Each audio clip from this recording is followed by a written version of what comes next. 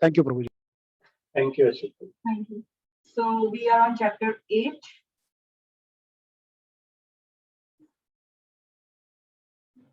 It's part of Bhakti Yoga. We all know the titles: knowledge of the absolute, attaining the supreme, most confidential knowledge, opulence of the absolute, universal form, and devotional service. Attaining the supreme. This we are further divided into 6 sections. We already covered first 2 sections: Lord Krishna answers Arjuna's questions and remembering Krishna at the time of death. Today we will be covering the next 2 sections: remembering Krishna by Yog Mish Bhakti, and 14 to 16 remembering Krishna by pure Bhakti. And the last 2 sections are comparison of material world and spiritual world, that will lead to Bhakti, and then Krishna establishes the supremacy of pure Bhakti in attainment of Krishna. And the most important section of the last session was remembering Krishna at the time of death, which we discussed in detail. Just a quick recap. Remembering Krishna at death. So Krishna said that whoever at the end of his life quits his body, remembering me alone, attains my nature. So he says, if we remember Krishna at the time of death, then we will be able to attain Krishna or his planet. And so we gave examples of Azamila regarding this, and we also know that we can remember Krishna at the end of death, at the time of death, only if we practice throughout the life. It cannot be suddenly that we will remember Krishna at the time of death. And then Krishna says in the next verse, if we are not able to remember Krishna and if we remember something else, then that state we will attain without.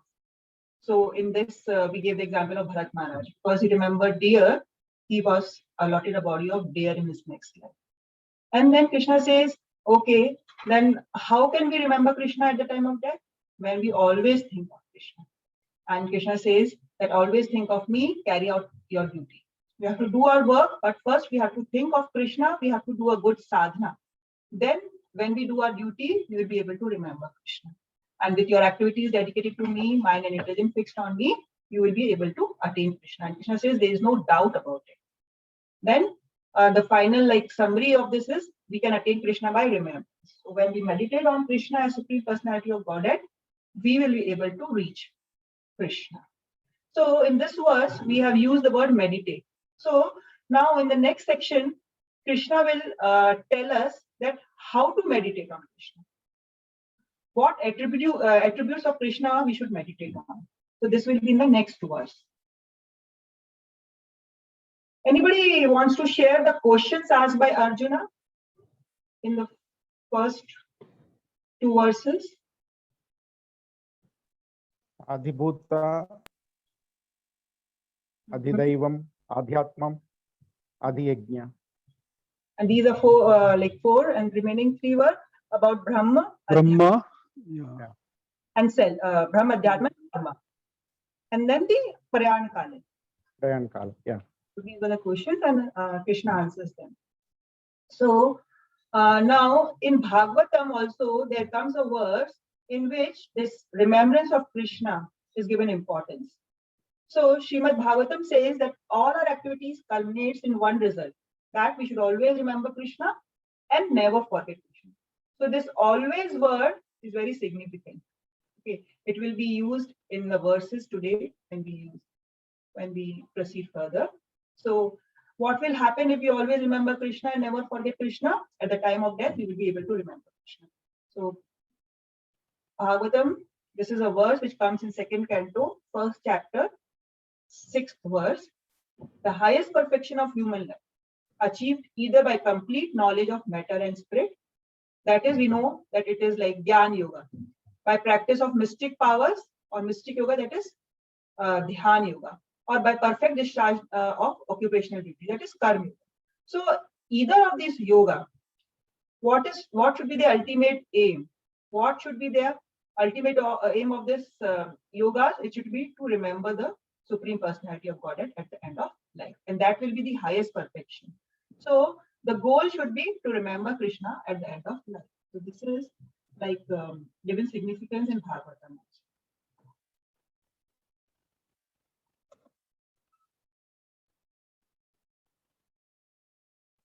So purpose of Gita, which we are studying, and especially this chapter, is to bring our attention back to Krishna.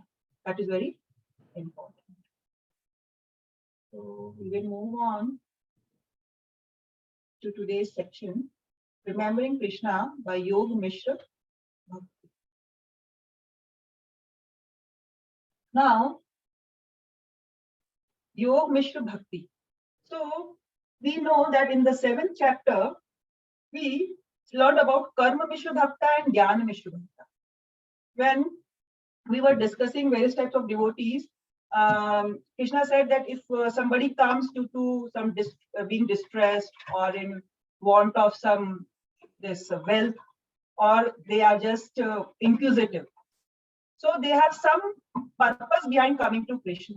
So they are called as Karma Mishra Bhaktas, these 3 categories.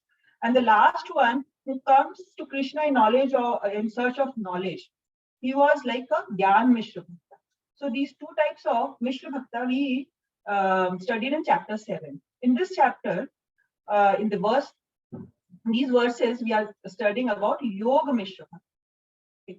So, this Baldev Vishnu Chakati Thakur has given a classification of these bhaktas in his commentary on Gita. He says that Keval Bhakta or Uttam Bhakta or Ananya Bhakta is a person who has 100% bhakti. There is no mixture of anything else in that. So that is a Keval Bhakta. Then he says that there is a Pradhani Bhuta Bhaktas. So Pradhani Bhuta Bhaktas, in which Pradhan means principally, like mainly. Mainly there is bhakti, that is just more than 50%. But these devotees have inclination towards yoga also, Dhyan Yoga, Ashtanga Yoga. So they are called as Yoga Mishra Bhakta. Or they have some inclination towards karma, then it will be Karma Mishra Bhakta. If they have inclination towards Jnana, they are Jnana Mishra Bhakta. But in all these categories, Pradhani Bhuti Bhaktis, the bhakti component is more than 50%. Okay. So, and the other 3rd category is Guni Bhuta Bhakti. Guni Bhuta Bhakti, what happens? There is also bhakti, but it is less than 50%. There is predominance of karma, jnana, and dhyan in that. And these karma yogis, jnana yogis, and dhyan yogis, they also include little bit bhakti in their processes. So this is a Guna Bhuta Bhakti, because we know that when we are practicing Jnana Yoga, then we have to use our intellect. When we are doing Dhyan Yoga, we have to use our mind. And when we are doing Karma Yoga, we have to use our body. So all these body, mind, and intelligence, these are like material. They are subtle body of us. So when they are like subjected to modes of material nature. That's why it is called Guni Bhuta. They are influenced by modes. And in this, the bhakti is less than 50%. And the last is like people who are doing only Karma Yoga, Jnana Yoga, Dhyan Yoga, and they have not yet included bhakti in their practices. So these are the 4 categories, and the destination of these bhaktas, different type of bhaktas, is also told by Vishnu Chakati Thakur. He says that a Kevala Bhakta, he will attain Goloka Vrindavan, because he is in love with Krishna. He is in the stage of prema. So his destination will be Goloka. But a Pradhani Bhuta Bhakti, because bhakti component is more, so they will also attain Vaikuntha planets, but they will be in the level of Shantaras. Okay, they cannot go beyond Shantaras. In Goloka Vrindavan, they will be Vatsalya Ras, Madhurya Ras, or Sankhya Ras, Sakhya Ras, or Dasya Ras. But these devotees who are practicing other like Mishra Bhakti, they will be up to the level of Vaikuntha planet in Shantaras. And the 3rd category, who are Guni Bhuta Bhaktas, they will achieve Brahman liberation. Okay. They can go only up to the impersonal aspect of Krishna. They cannot go beyond that. And the persons who are practicing purely Karma, Dhyan, and Dhyan Yoga, their destination is also Brahma Jyoti, but only when they include bhakti in their sadhana. So here we see that to achieve any destination, we have to include bhakti. So Vishwanath Chaudhary Thakur says that without including bhakti, the component of bhakti in our sadhana, we cannot achieve any of these destinations. Okay. So the Yoga Mishra Bhakta, he is worshipping Krishna with the aim of liberation. He wants to like liberate or go beyond this aspect of birth, old age, disease, and death. They are not wanting any sense gratification like the other categories. They are only worshipping Krishna for liberation. Then the other but because they have more than 50% bhakti in their sadhana, they accept Krishna as the supreme personality of Godhead. They believe in this fact. And this is a diagram which shows about Yoga Mishra Bhakta. Suppose at one end there is Ashtanga Yoga, at other end there is Bhakti Yoga, and in between we say that is 50%. So a Yoga Mishra Bhakta is in this category, greater than 50%. And Bhakti is more than Yoga, it is called a Yoga Mishra. So this is the explanation what is Yoga Mishra Bhakti. Now we know that primarily 3 comparisons are discussed in chapter 8. First was when we discussed result of remembering Krishna versus anything else. That was in verse number 8.5 and 8.6, where we see that if we remember Krishna, we attain Krishna. If we don't remember and we remember something else, we will attain that. Second comparison we are going to study today. Describes the process of remembering Krishna in Bhakti Yoga versus remembering Krishna in Yoga Mishra Bhakti. So this will be in the next following verses, which describes that when you remember Krishna in Bhakti Yoga, what is the process? When you remember Krishna in Yoga Mishra Bhakti, what is the process? And the component of this is that execution of remembering Krishna at time of death by Bhakti Yogi versus Yoga Mishra Bhakti. And like if he remembers Krishna in Bhakti Yoga, what will be the result? And if somebody remembers Krishna in Yoga Mishra Bhakti, what is the result? So this will be discussed today, the second comparison.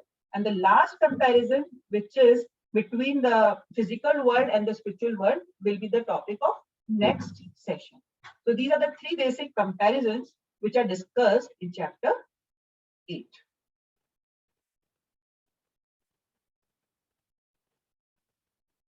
Remembering Krishna by Yoga Mishra Bhakti. So this is verse number 8.9. Will somebody like to read it? Yeah, I'll read it. Yeah, remembering Krishna by YMB. Ways of remembering Krishna. One should meditate upon the Supreme Person as the one who knows everything, as he who is the oldest, who is the controller, who is smaller than the smallest, who is the maintainer of everything, who is beyond all material conception, who is inconceivable, and who is always a person. He is luminous like the sun, and he is transcendental beyond this material nature. Thank you, Prasad. So, in this verse, when in the last word 8.8, Krishna says, one who meditates on me. So, now, ways of remembering Krishna, ways of meditating on Krishna. So, in this verse, Krishna says one should meditate upon Supreme Person on his various attributes. So, first attribute which is discussed in this verse is Kavim. Kavim means a person who knows everything, who has knowledge of everything, whether it is present, past, or future. So he is the omniscient, means he knows everything. So this is one of the attributes of that Supreme Personality of God. And in this, we know that the word Supreme Person is used. And again, who is always a person. So this is given importance that if we have to meditate, we can meditate only which has some form, which is sakar.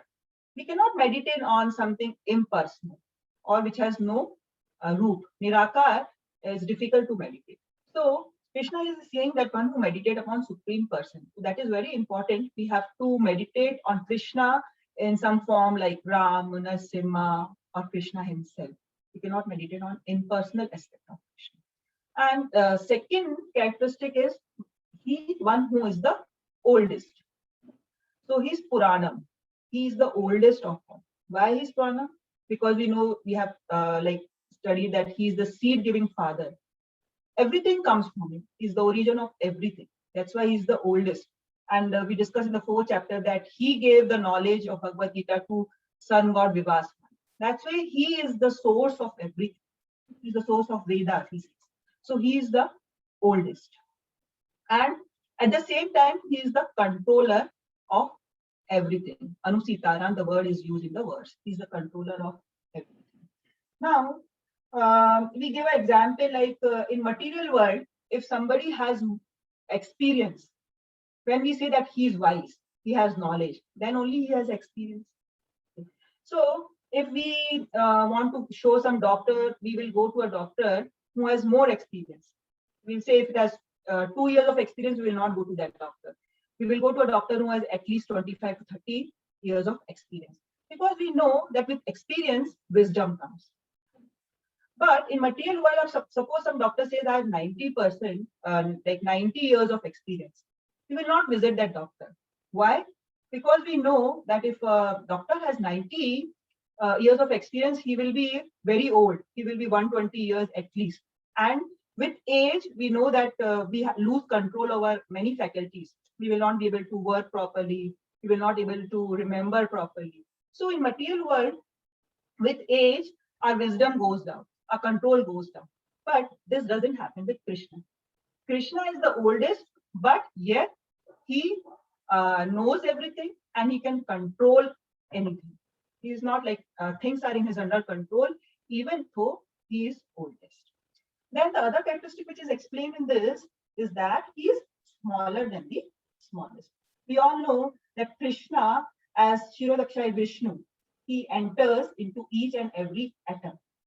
And we knows that he is as Paramatma sitting in the heart of every living entity along with the soul.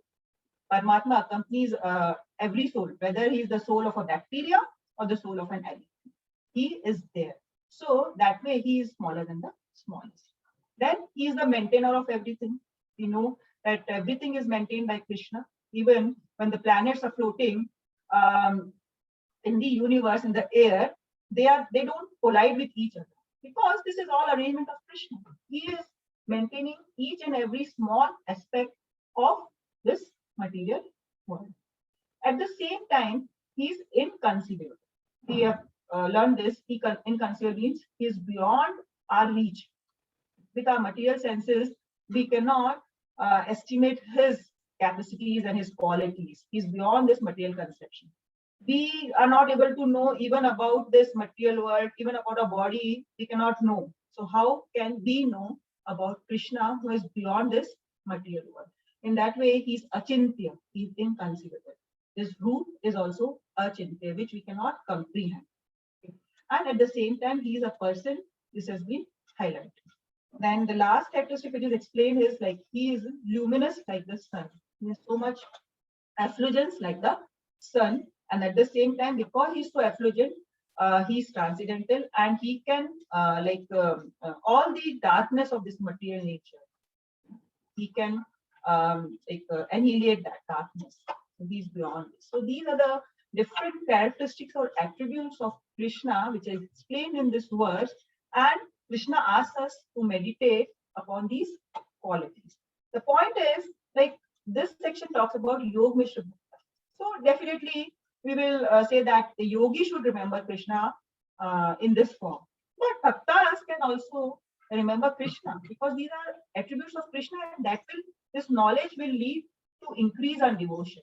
And we know that when we know something that is Aishwarya Gyan, about Aishwarya we come to know, then definitely that will also increase our affection towards Krishna. So these are the ways of remembering Krishna, which I explained in this verse. And in the next verse, Krishna starts talking about process of Yoga Mishra. So that is Satya Chakra Yoga. Will somebody read this? Okay. One move at the time of death fixes his life, hair between the eyebrows, and by the strength of yoga, with an undeviating mind, engages himself in remembering the Supreme Lord with the qualities mentioned in 8.9. In full devotion, bhaktya will certainly attain the Supreme Personality of God. Thank you, Ishwar. So now Krishna says that one who at the time of death fixes his life here between the eyebrows. So now the point comes, what is this process where we have to fix the life here between the eyebrows? So this has been explained as a Satya Chakra Yoga. This is a process of yoga in which we know that there are very chakras in our body, from lower to till head. There are various chakras. And what are these chakras? These chakras are the place where our prana vayu or life air is present. Okay. So it is said that yogis, what they do with the strength of their yoga, they will move that prana vayu from lower chakras to higher chakras. And why they want to do that? Because they know if the prana vayu is located in the lower chakras, then at the time of death, suppose the soul wants to go out and their prana vayu is stuck in the lower chakras, then what will happen? The soul will go out through the lower holes of the body, and that is not considered good. They know that if the soul goes out to the lower holes, then the destination will be lower planets, or they will not be able to achieve liberation. And that they don't want. The yogis don't want that. That's why with the strength of the yoga, they want to lift that prana vayu to upper chakras. Okay. So Krishna is saying that these yogis, they want to fix the life air between the eyebrows. And that chakra is Ajnana chakra. So they want to bring their life air to that chakra so that at the end of the life, when they quit their body, the soul goes out from the head. We all know that there is a soft portion on the top of our head when when we are born. You know, there in English, like a medical term, we call it as anterior frontal. So it is said in the Vedic system that is the point from where the soul should exit when leaving the body. And if soul exits through that point from the head, then it will achieve a higher destination and liberation. So this is the whole process of yoga which yogis want to practice. So this is the explanation of Satya Chakra Yoga. And definitely we know from 6th chapter that to practice yoga, we should have an undeviated mind. Mind control is very important because Arjuna says, Chanchalam hi mana Krishna. This mind is very chanchal. So Krishna says, yes, he agrees that mind is very chanchal, but with practice and detachment, we can control this mind. So any yoga, whether it is Bhakti Yoga, Ashtanga Yoga, we have to know that we have to control this mind. So this is the importance of controlling mind and any of the yogas. And Krishna says that if such a yogi at the time of death is able to remember Krishna with the qualities mentioned in the 8.9 verse in full devotion, will attain Supreme Personality of Godhead. Because this is a Yog Mishra Bhakta, this Yog Mishra Bhakta accepts Krishna as Supreme Personality of Godhead and he engages himself in remembering Krishna at the time of death. Therefore, his destination becomes one of the Vaikuntha planets that we have discussed. So this is the process of Satya Chakra Yoga, which Krishna explains to Arjuna in verse 8.10, and he elaborates this in the next coming verses. In 11 and 12 and 13 verses. These are all about Yoga Mishra. So somebody will read these verses. Hare Krishna. Requirement and result of Satchakra Yoga. Persons who are learned in the Vedas, Veda Vidaha, who utter Om Kara, and who are great sages in the renounced order with Raga, enter into Brahman, desiring such perfection. One practices celibacy, Brahmacharya. I shall now briefly explain to you this process by which one may attain salvation. Can I read next also? Yes, please. Okay. Process of Satchakra Yoga. The yogic situation is that of detachment from all sensual engagements, closing all the doors of the pratyahara and fixing the mind and the heart and the life air at the top of the head. One establishes himself in yoga. 8.13 Destination. After being situated in this yoga practice and vibrating the sacred syllable Om, the supreme combination of letters, if one thinks of the supreme personality of Godhead, Anushmaran, Anusmaran, and quits his body, he will certainly reach the spiritual planets, Paramam Gatim. Thank you, Ramya. Okay. So, what are the requirements? So, we know that in 6th chapter also, when Ashtanga Yoga was discussed, it was said that a yogi should sit on a kusa grass, he should go to a secluded place, some posture was discussed. So, all these are requirements, definitely. Details about this Ashtanga Yoga were discussed in chapter 6. But some brief points about that yoga is in these 3 verses. So, what are the requirements for performing any type of this Satya Chakra Yoga? Krishna says that a person should be learned in the Vedas. He should be a Vedavit. Who utter Omkara. He should his tongue should vibrate the syllable Om. Who are great sages in the renounced order. Veet Raga means he should be detached. Detachment should be there. He should be a sannyas. That type of person, he will enter into Brahman. Desiring such perfection, one practice celibacy. And the other requirement is he should practice brahmacharya. I shall now briefly explain to you this process by which one may attain salvation. So, there are 4 things discussed in this verse. We know that in Vedic system of knowledge, when when the kids were young, they were sent to some Gurukula. Why they were sent to Gurukula?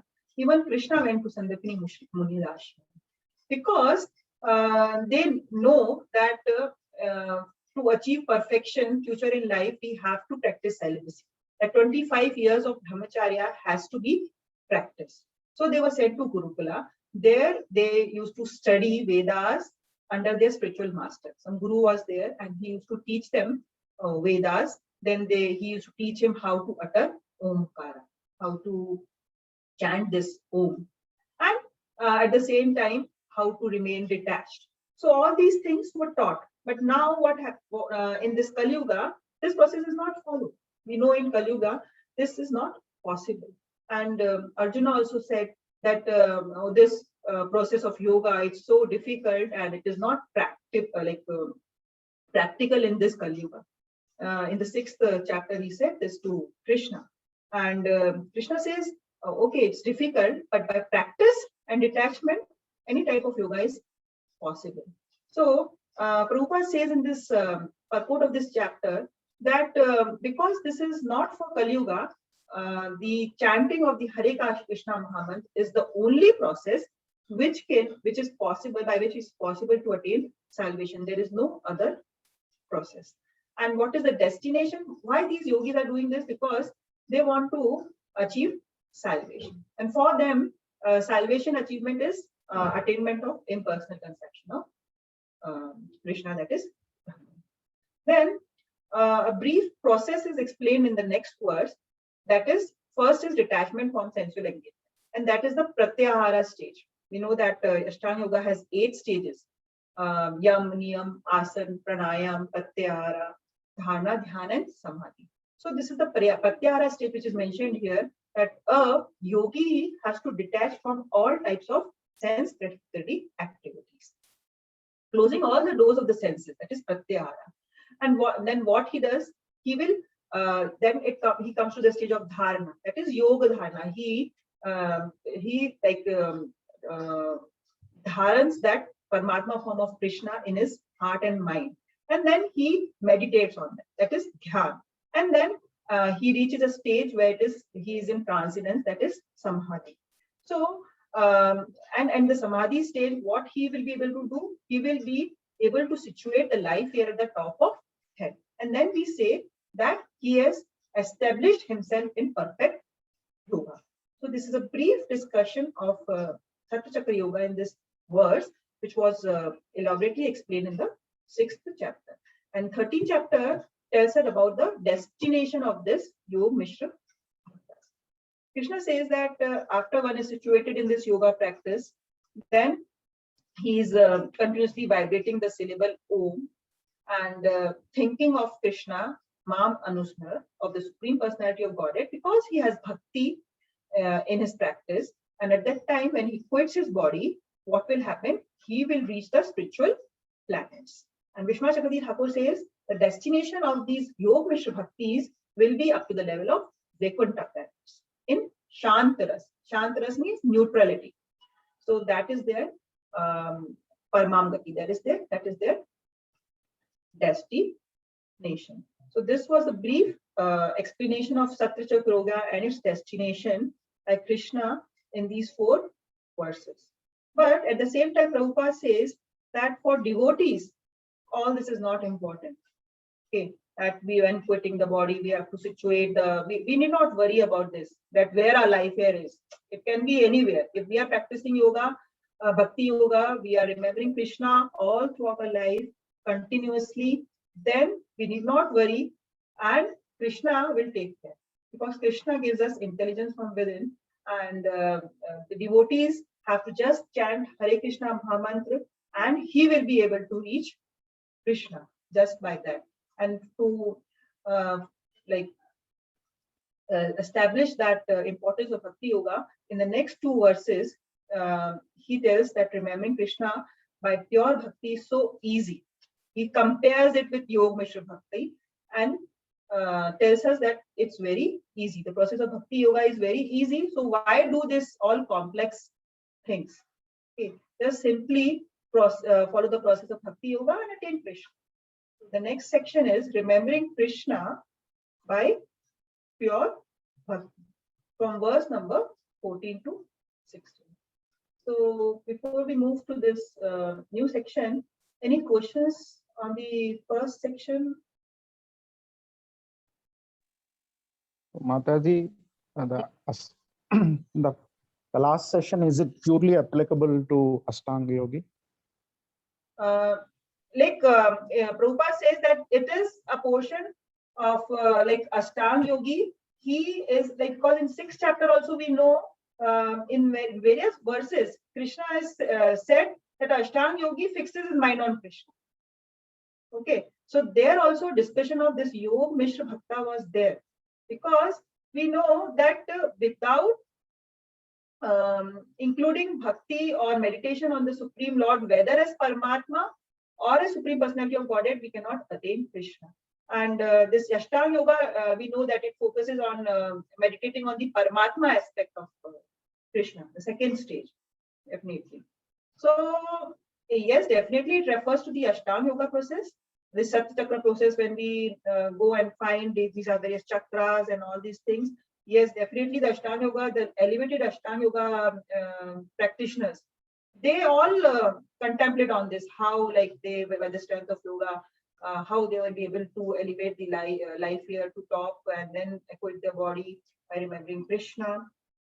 And a pure Ashtanga Yogi, if he is only stuck to the process of yoga and his aim is only to achieve liberation, but he doesn't include bhakti, then the destination will be different. But if he has a component of bhakti, of remembering Krishna, then his destination will be different. I don't know what you want to ask.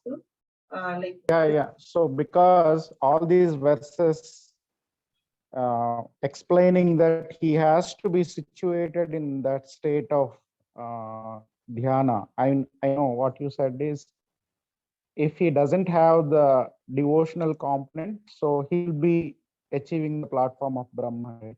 He will not be. He will not. Destiny of the Ashtanga Yogi. Yeah. Destination of Ashtanga Yogi will be there. He has to include the component of devotion in that. Then only that destination he can reach. Right. Paramamgati, that Vaikuntha planet. Otherwise, they will not be able to enter. We know. So my before also we said that Ashtanga Yogi, suppose by chance they can elevate to Vaikuntha planets if they meet devotees, if they include devotion in their practices, then the destination can change. Okay. So sometimes we say that from Brahma Jyoti people fall down. Even after they reach Brahma Jyoti, they can fall down. They are not able to reach higher things. But Ashtanga Yogi, he's just below Bhakti Yogi. So Ashtanga Yogi, if he includes bhakti, then his destination will be he'll move upward. There will be gradation. He will be upgradation of his position. So that way that works. That's why it's a Yog Mishra.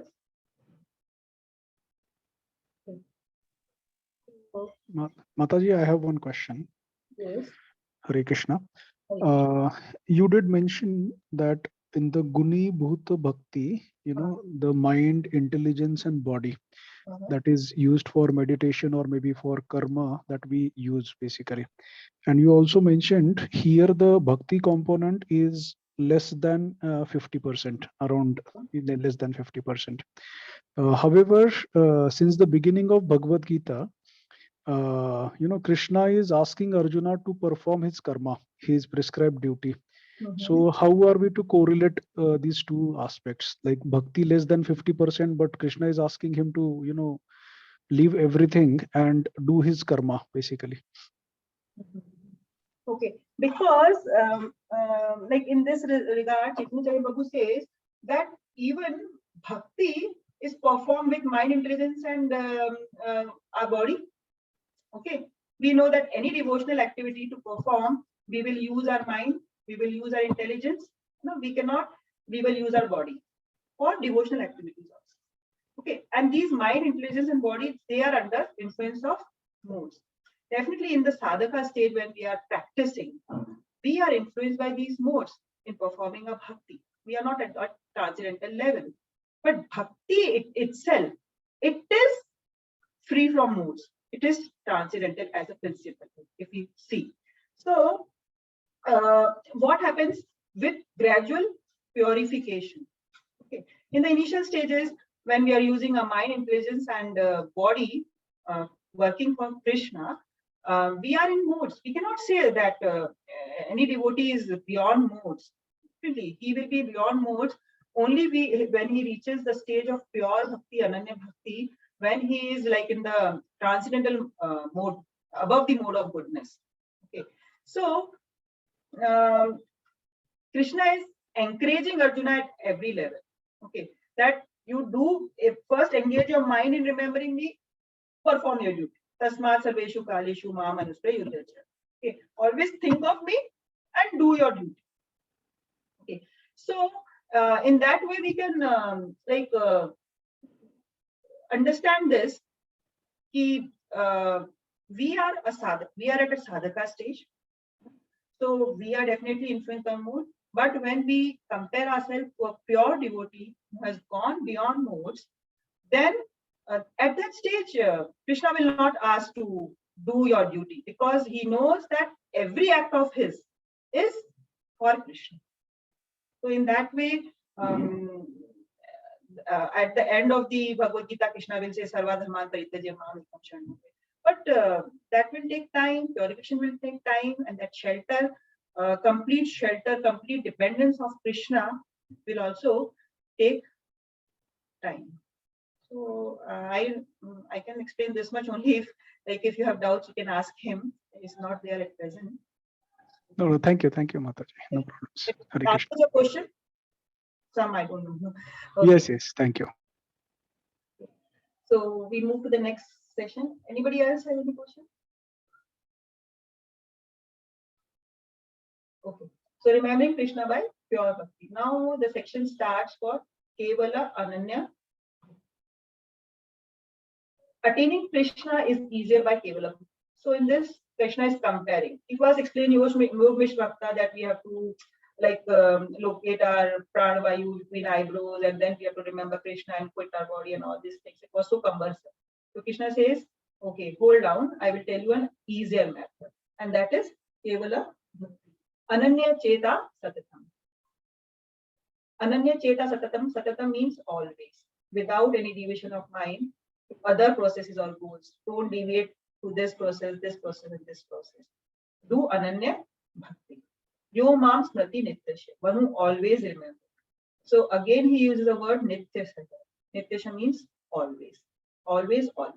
Tasyaham sulabha partha. For him, I am very easy to obtain, O son of Pritha.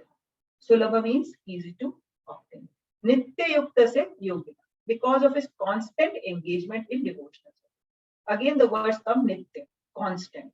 So in this verse, Krishna has used this Satyatam Nityasya Nitya to highlight that you have to always remember Krishna in every moment. That is important. And a person who is able to do this without any deviation of mind.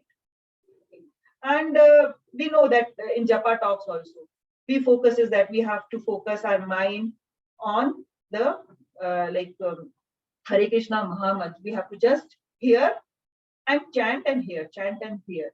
And we know that's so difficult to focus our mind. Our mind goes here and there so many times. And in 6th chapter, Krishna says, wherever the mind goes, you have to bring it back. Bring it back. You have to endeavor. So even while chanting, we have to endeavor a lot. It's not so easy. So then why Krishna is saying it's easy to obtain? Because in this process, what we are doing, we are not negating anything. Like a yogi, he's negating anything. He's negating, like he wants to control his senses. He says, okay, I will not eat this, I will not eat this. But what a bhakti yogi says, I will eat this, but first I will offer it to Krishna. So here in Bhakti Yoga, what happens? We are positively engaging ourselves. We are positively engaging our senses in Krishna's service. At the same time, because definitely if somebody says, don't focus on this, don't do this, then a child also when he says, don't go there, he will definitely go there. So if we say somebody not to do anything, a mind will go there. Why is saying not to do anything? So in Bhakti Yoga, that is not the thing. We are not saying don't do this, don't do this, don't do this. We are saying do this. If while doing this, the negative will automatically go off from your mind. You eat prasad, the tongue will come into control and you will not like to eat what is being sold outside on these roads and streets. And if we say somebody don't eat pani puri, don't eat pani puri, that will be difficult for him to control. But when we say eat prasad, it will become easy for him to control. So that's why in Bhakti Yoga, Krishna is saying it's a sulabha, it's easy to do because we are giving them higher engagement, which we have talked about in 2nd chapter also. Give higher taste. So if we get higher taste, it's very easy to to reduce the craving for the lower taste. And this is only possible, easy to obtain when we are constantly remembering Krishna. So constant remembrance is required. We should be our devotion should be unmotivated, unflinching, undeviated. We should not deviate ourselves from this path at any cost. Krishna Prabhupada says, if you just cling on to this process, I guarantee you that you will attain Krishna. We have boarded the train and we have to be always on that train. If we want to get out of the train, then we're lost. So for one who always remember me without deviation, I am easy to obtain, O son of Katha, because of his constant engagement in devotional service. That's why this verse denotes Kevala Bhakta or Uttam Bhakta or pure. There should be constant remembrance. That is the message in this verse. And then Krishna says, a person who is able to do this, what will be the benefit? The benefit is that there will be no rebirth. Mamupetya punarjanma dukhalyam ashashvatam napnuvanti mahatmanam samsiddhim paramam gata.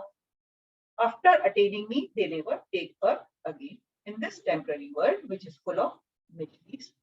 Such great souls never return to this world, having attained the highest goal of personal service to me.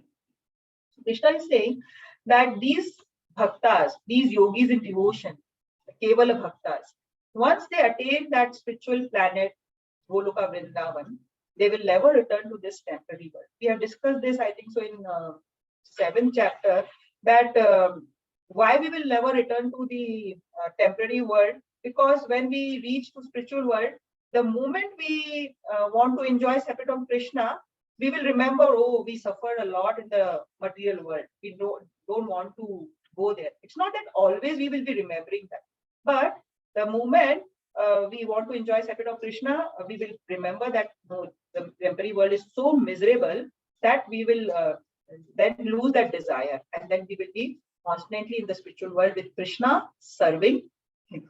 So personal service to Krishna is very important for a devotee. A devotee always wants to serve Krishna. He wants the association of Krishna. He doesn't want anything. And it is said that he is a Nishkam Bhakta. He's a pure Bhakta. He doesn't desire anything for his own self. He wants to work only for the pleasure of Krishna. Because a devotee will say that even if I am in this material world, if I am serving Krishna, I am doing devotional service, no problem. Okay. He doesn't even want to achieve like supreme planet or want to go to Krishna. He says, if I am able to serve Krishna while in this material world, I have no problem with that. So that is the stage of a pure bhakta.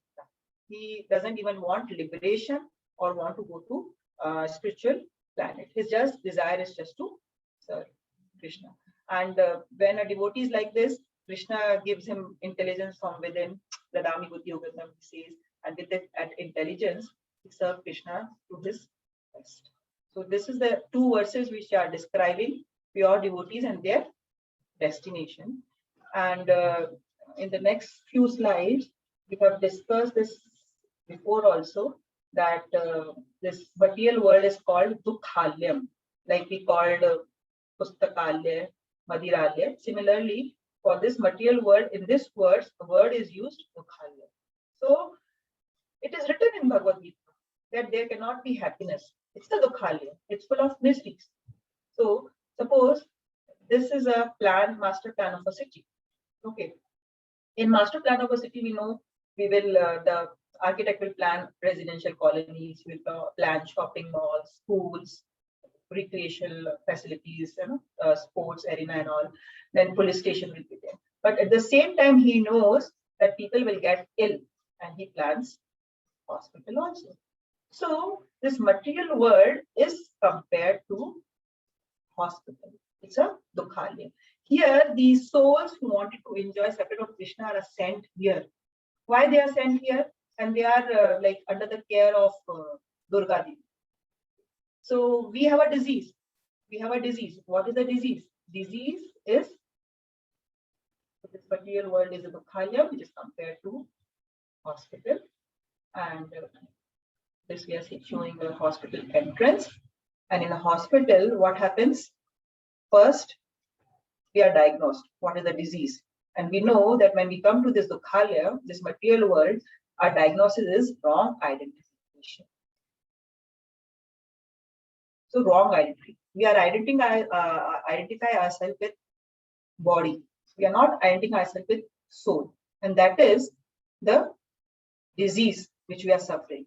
And we wanted to enjoy separate from Krishna. We were sent to this Dukhalya. We are sent to this hospital because we are diseased. And now what will happen? We have to be treated. So doctors and nurses are available. So who are these doctors and nurses? They are Krishna and Guru. Krishna through his Bhagavad Gita instructions, and Guru is there to help us. What are the medications these Krishna and Guru gives us? They tell us to chant and read scriptures. So that is the medicine which will treat us. And diet is prasadam. In Bhagavad Gita, it is especially mentioned that we should always eat prasadam, food which is offered to Krishna first. And what are the precautions? Precautions are the 4 regulative principles.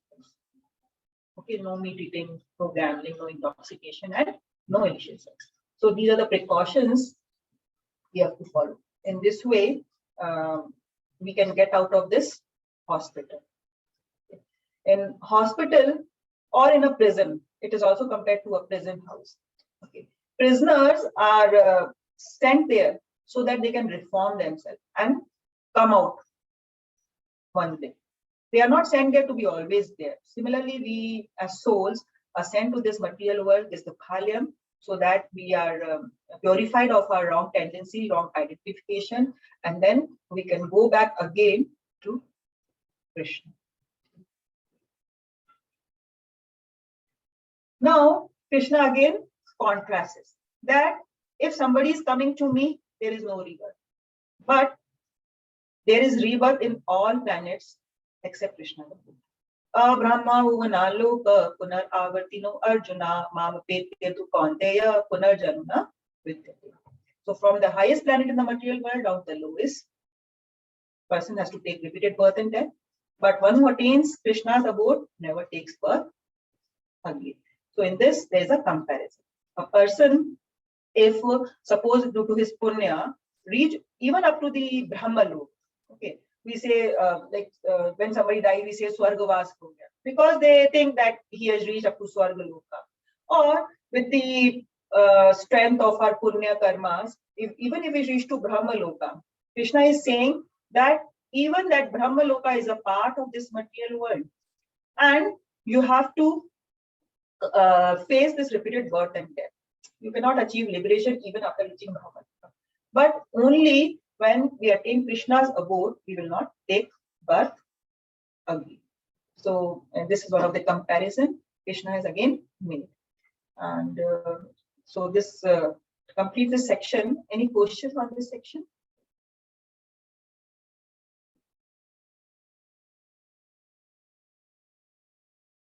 Okay, and this is a slide which explains about our universe. And this you might have seen this picture in ISKCON temples. In this this one universe is explained. Various planetary systems are there, 14 planetary systems.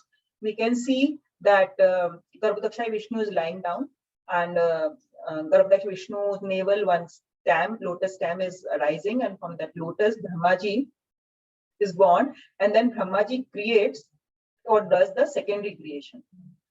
Okay, and on this stem of the lotus feet are various planets. They are situated. Okay. So the lowest one is Patala, Rastala, Mahatala, Talagala, Sutala, Vitala, Atala, and then the middle is our Earth planet, which is called middle planet, and above the middle planet are the higher planets: Bhuvar Loka, Swarga Loka, Mahar Loka, Jana Loka, Tapa Loka, and Satya Loka. So it has been explained in Bhagavatam in very much detail, where we will see that. So the this punya karmas, when we do something on the Earth planet, we can reach to higher planets. But it is said that even because in the next session we will learn about Brahma's age. Okay, it is explained in the next words that what is Brahma's age. Brahma is 100 years, and then every much calculation is done, and it is 3.11 trillion years. So such a long life, but Brahmaji has also to face death. What happens when at the end of creation, Mahavishnu will wind up the creation, and the creation will become unmanifest? At that time, Brahma will also, with his all these planets, has to enter Mahavishnu. And then at the time of manifestation, again all this will manifest. So this Brahma is a force which keeps changing, and Brahma is also to die one day. So even if somebody reaches to that topmost planet, Krishna is saying he has to go, he has to return back, he has to face repeated life and birth and death. And Durga Devi is the jailer or the controller of this entire universe or the material world, and various layers are also shown in this: earth, water, fire, air, ether, mind, intelligence, and ego. And this will be discussed detailed in Bhagavad Gita. And this universe is a part of this whole system, in which you can see that topmost is the Goloka Vrindavan, where which is a Krishna's abode, and below that is the Aishwarya Dham. These are the Vaikuntha planets. So this is the these Yoga Mishra can reach only up to this. They cannot enter the Madhurya Dham of Krishna. Okay. So this is the difference. Only yes, you can see that Hare Krishna Mahamantra, it's taking us directly from Earth planet to Krishna's. Only this mantra can take us there. So this is the Aishwarya Dham, Vaikuntha planets, various Vaikuntha planets where Narayana form of Krishna is there, and they have different names depending on the Narayana form, 400 form of Krishna. Here it is Krishna is like worshipped in Aishwarya, and here in Madhurya. Then is this effulgence, you can see this is the Brahma Jyoti, the rays of Krishna, and just above the Brahma Jyoti is these Mahesh Dham, which is the abode of Sadashiv, Shiva. This is the Karana ocean in which Karanodakshaya Vishnu is lying down. And from his breath, we know various universes are coming out. And when these universes are coming out, and when he inhales, he takes them. When he exhales, they are coming out. And then this picture of one universe is further explained in the Bhagavatam. This was a brief, we just, because this came here, what is the destination and what are Brahmalok and all these things, what is the destination. And that's why we just briefly explained this picture in this session. Any questions regarding this session today?